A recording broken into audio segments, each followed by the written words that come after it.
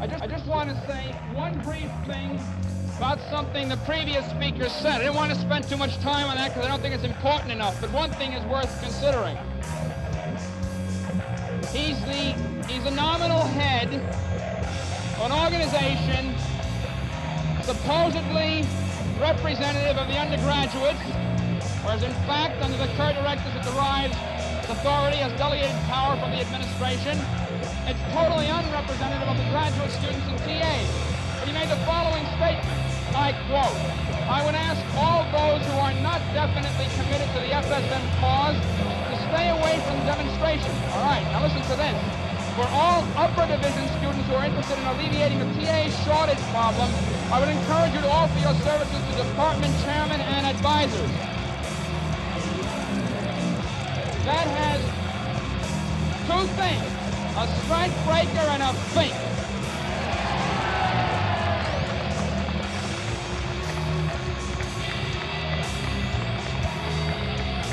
I'd like to say one other thing about a union problem.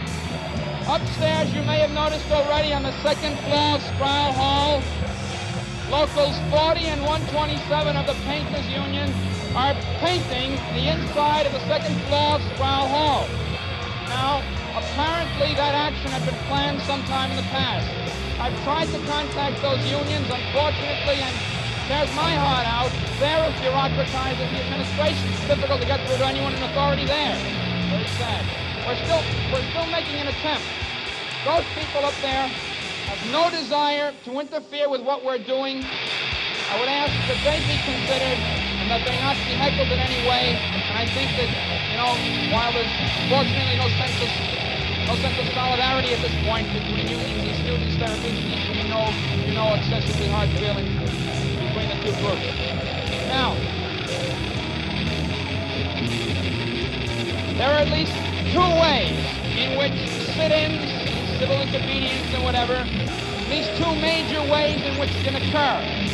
One, when a law exists, is promulgated, which is totally unacceptable to people, and they violate it again and again and again till it's rescinded. Deal. Right. There's another way. Sometimes the form of the law is such to render impossible its effective violation. The method to have it repealed. Sometimes the grievances of people extend to more than just the law, extend to a whole mode of arbitrary power, a whole mode of arbitrary exercise of arbitrary power. And that's what we have here. We have an autocracy which runs this university. It's managed. We were told the following. If President Kerr actually tried to get something more liberal out of the region in his telephone conversation, why didn't he make some public statement to that effect? And the answer we received from a well-meaning liberal was the following. He said, would you ever imagine the manager of a firm making a statement publicly in opposition to his board of directors? That's the answer. I ask you to consider, if this is a firm, and if the Board of Regents are the Board of Directors, and if President Kerr in fact is the manager, and I tell you something, the faculty are a bunch of employees, and we're the raw materials. But we're a bunch of raw materials that don't mean to have any process upon us, don't mean to be made into any product, don't mean to end up being bought by some clients of the university, be they the government, be they industry, be they organized labor, be they anyone, or human beings.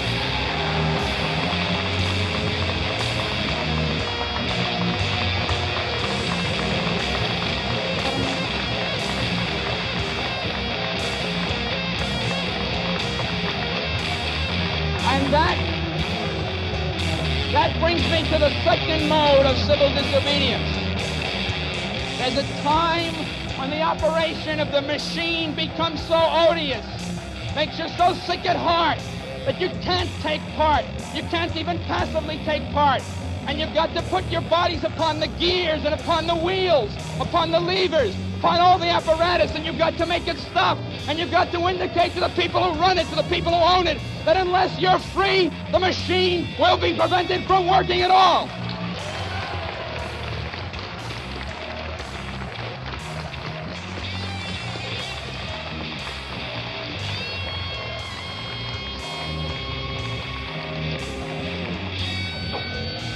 That doesn't mean, and it will be interpreted to mean, unfortunately, by the bigots who run the Examiner, for example,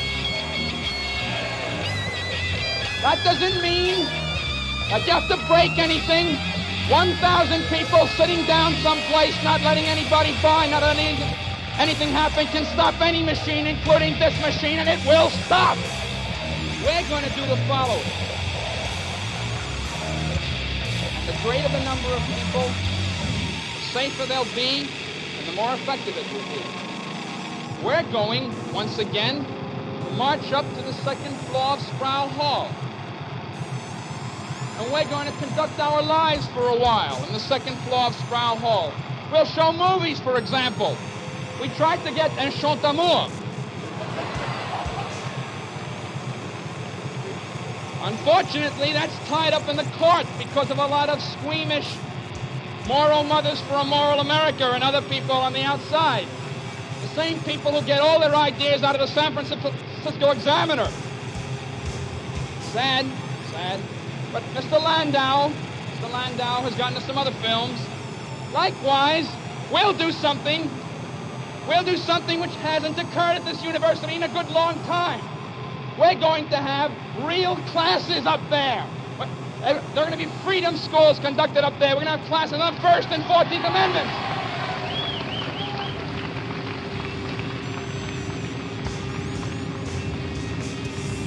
We're going to spend our time learning about the things this university is afraid that we know. We're going to learn about freedom up there, and we're going to learn by doing.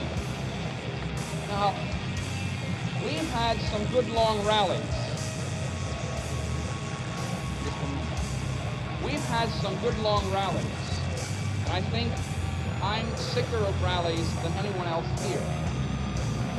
It's not going to be long. I'd like to introduce one last person before we enter Sproul Hall. And the person is Joan Baez.